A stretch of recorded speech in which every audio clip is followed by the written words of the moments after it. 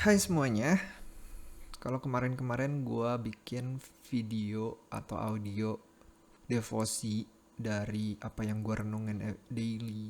Kebetulan gue lagi baca Alkitab untuk sampai habis dan gue lagi jalanin kitab Imamat. Jadi gue bahas kitab Imamat dari pasal 1 sampai pasal 27. Dan ternyata emang gak semua bisa keep up, karena emang gue perlu akui itu bakal jadi pembahasan yang sangat monoton, karena satu kitab itu ngebahas soal kekudusan dari awal sampai akhir, dan itu bakal ngebosenin banget kalau emang ternyata kita pengen sesuatu yang berbeda, atau pembahasan sesuatu yang melihat dari sudut pandang yang baru, which is sekarang emang kita anak-anak muda nggak terbiasa untuk sesuatu yang monoton. Bahkan untuk kalian nge-gym aja, kalian gak mungkin ngelakuin satu gaya di dalam satu training. Kalian bakal pakai 10 gaya atau 20 gaya, dan bahkan besoknya atau 2 hari kemudian kalian bakal ganti gaya lagi. Dan itulah emang dunia kita. Dunia kita ini yang sekarang berubah-ubah dan akan terus berubah. Kita perlu keep up dengan dunia ini tapi bukan menjadi serupa. Dan biarlah segala yang kita bahas boleh jadi berkat buat banyak orang. Dan kali ini gue bakal bahas tentang apa yang gue tertarik baca. Jadi tadi pagi gue baru buka lemari buku, which is itu banyak banget buku-buku yang belum gue baca, karena emang bukan buku gue, bukunya adik gue, dia lebih suka baca. Dan ini pas banget ada bukunya dia yang dia juga dikasih orang. Judulnya The Bible's Answers to 100 of Life's Biggest Questions. Dan ini menarik banget karena ketika gue baca konten-kontennya, pertanyaannya itu super menarik.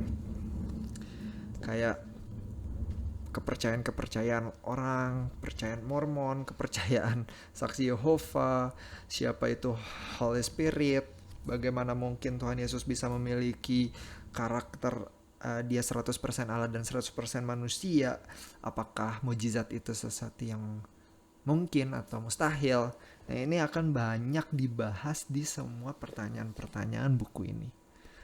Yang nulis buku ini ada dua orang. Yang pertama Norman Geisler dan yang kedua itu Jason Jimenez. Gue tahu Norman Geisler karena dia banyak menulis buku soal sistematik dan etika Kristen yang gue pakai buku-bukunya buat gue survive di sekolah teologi 6 tahun lalu atau 5 tahun lalu.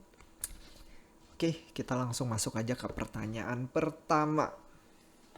Pertanyaan pertama buku ini adalah What is truth? Apa itu kebenaran? Dan pertanyaan ini ternyata bukan cuma ditanya sama orang-orang di zaman sekarang, tetapi pertanyaan ini juga menjadi menarik karena dipertanyakan juga oleh orang-orang di zaman Tuhan Yesus. Siapa yang pernah bertanya apa itu kebenaran di zaman Tuhan Yesus? Kalian ingat? It's okay, gue bakal kasih tahu jawabannya. Jawabannya adalah Pontius Pilatus. Di dalam Yohanes pasal 18 ayat yang ke-37 dan 38, I will read it for you all. Maka kata Pilatus kepadanya, jadi engkau adalah raja? Jawab Yesus, engkau mengatakan bahwa aku adalah raja.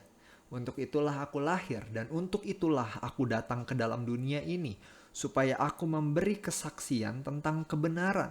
Setiap orang yang berasal dari kebenaran mendengarkan suaraku.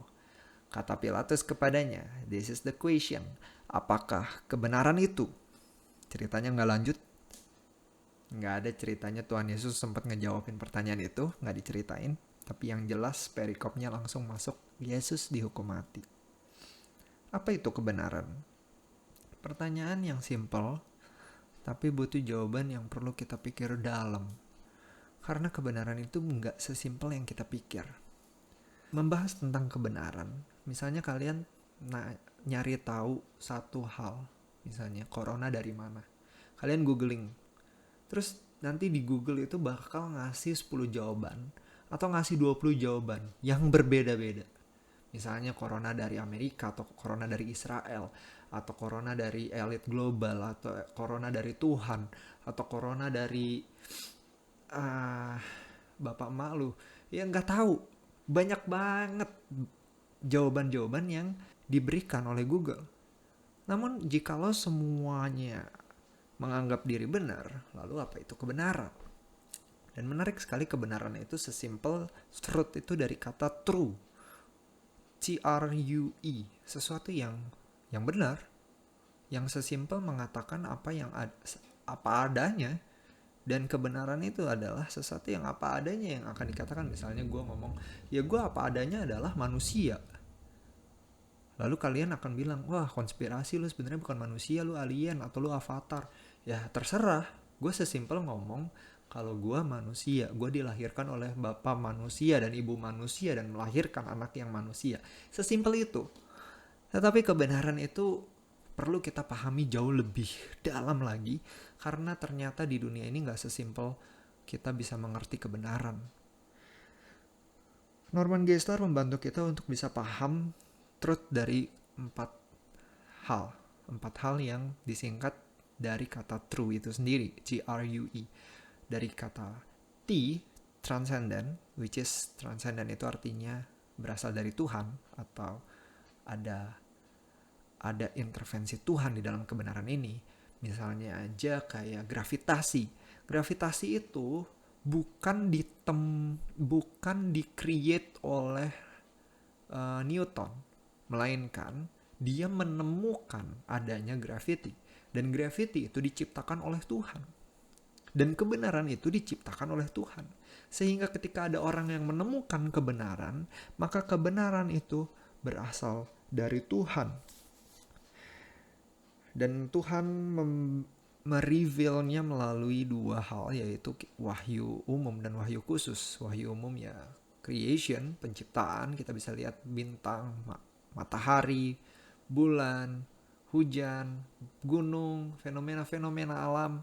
Itu kita bisa boleh melihat bagaimana ada Allah yang mendesain semuanya ini. The grand design, intelligent design, dan ini adalah sesuatu yang terlalu bagus, terlalu indah untuk dibuat secara kebetulan sehingga kita percaya adanya creator, yaitu God himself.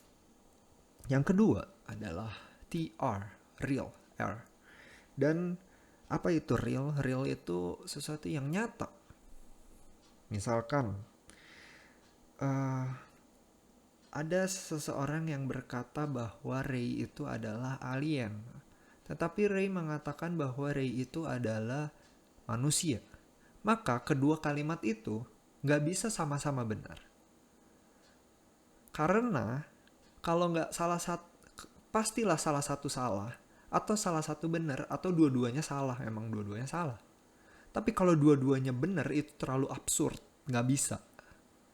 Dan kalau ada 2 statement yang bertentangan, maka hanya ada satu yang benar.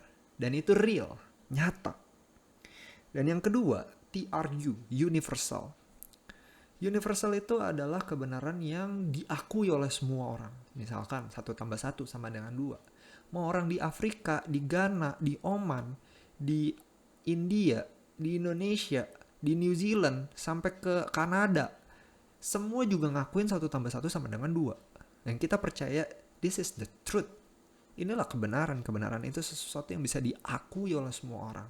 Tapi ternyata gak semua orang mau untuk megang 1+1 sama dengan 2. This is the uniqueness of the truth. The truth itu adalah sesuatu yang eksklusif. Jadi ini kata keempat. TRUE.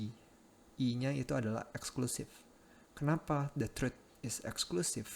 Karena ternyata the truth itu hanya bisa dimengerti oleh orang-orang yang diberitahu the truth itu. Misalnya Tuhan itu the truth dan dia memberitahunya kepada Ray. So gue bakal tahu apa itu the truth. Tapi kalau Tuhan gak ngasih tahu gue gak bakal tahu the truth. Gue bakal tertipu sama arus zaman ini karena emang iblis ini adalah bapa seorang penipu dan dia akan nipu kita semuanya. Tapi kalau misalkan Tuhan dengan wahyunya dan anugerahnya memberikan kita pemahaman akan the truth itself, maka kita akan tahu. Sehingga the truth is exclusive. Truth itu adalah sesuatu yang absolut. Walaupun opini tentang kebenaran itu bisa berubah. Tapi yang berubah itu bukan the truth, tapi belief yang berubah. Dan kalau emang ternyata Tuhan reveal the truth ke kita dan kita percaya, maka kita boleh memiliki kebenaran itu. So, disinilah kita bisa memahami singkat tentang apa itu kebenaran. Dan kalau kita pengen lebih banyak tahu lagi, kalian bisa akses di www.charm.org. Terus cari aja what is truth. Dan ada juga di YouTube kayak 1 Minute Apologist. Itu bagus banget, kayak kalian bisa belajar apologetika, denger 2 menit, semenit. Itu ada yang bahas juga what is truth. Jadi kalian boleh banyak belajar lagi tentang apa itu kebenaran. Dan next pertanyaannya adalah, kebenaran siapa yang benar? Nah, ini yang akan kita bahas besok. Oke, thank you. God bless you all. Love God, love people, love my neighbor as myself, my brother.